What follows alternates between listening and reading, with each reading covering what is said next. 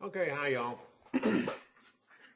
Had somebody post about polylines in Home Designer Architectural 10, and it's a lot easier to show than it is to explain with text. Let's go over here to the CAD menu, and we'll draw a polyline. Now, a polyline is just a line, a line, a line, a line, and they're connected. A polyline could also be, rather just draw a line, we'll draw a line, and a line.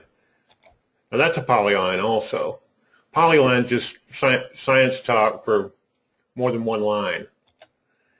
The question to me was, well, how can I take like a closed polyline like this, and like this figure here that has 4 sides, how can I make it 3 sides? And you see how the cursor changes when you put it over a corner. Now there's a move handle, and it allows you to move the selected line entity. That's another scientific kind of geeky way to say, but I mean, you think about it, that's a line entity. It's part of a group, so it's an entity of a group. And so each entity has a move handle, and it has corner handles on each end. There's a corner handle, corner handle. In order to make this 4-sided figure into a 3-sided one, you just left-click drag a corner handle onto and coincident with another corner handle. Now we've got a 3-sided polyline object. Okay. So now once you go from less than 2 polylines, I mean, that's a polyline, yeah, but it's not a closed polyline. I can drag that down over here and very carefully snap it, and basically now I have just a single line. But see, then I quickly, it became a 4-sided one again. So there's just a limitation in architectural on what you can do with these objects. Like, I hate to mention it, but in Pro and Chief, there's an additional tools where I can do more here. But one other thing before I get off of this little tutorial is I mentioned the edit toolbar to my poster.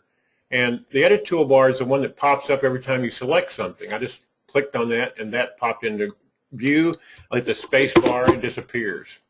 In other words, the edit toolbar only appears when something's selected. And the reason I call it the edit toolbar is you undock it, it says that on it, because that's what its name is. And whatever's selected, whatever appears in here, you can use on this selected type object.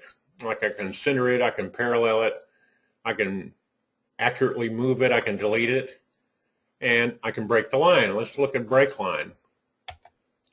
See, I left click on that to put myself into that tool mode, and then I can left click there, and it creates another break there. It broke a line that was just one single line and made it into 2 separate ones. Now drag this corner handle to a corner, and now we're back to 4 sides again. So that's about all there is to know about the break line tool, polylines, how you can take them from one, how you can reduce the number of sides of them, and how you can put the sides back in them. Okay, that's all there is for this tutorial, just a little introduction to CAD tools, and this is applicable to Pro also, though in Pro and Chief you have a little more, a few more choices. There's more I could do on this in terms of types of CAD objects, like circles and ovals and ellipses and splines have various uses and uselessnesses. But I recommend to you guys that you, when you're not busily creating something or working on something, that you play with these and read what the manual says that they're supposed to do, and then figure out if you can make them do the things that are described. And that's how I learned to program, by just taking my time to fiddle around with this stuff and see how it works. Okay, thank you.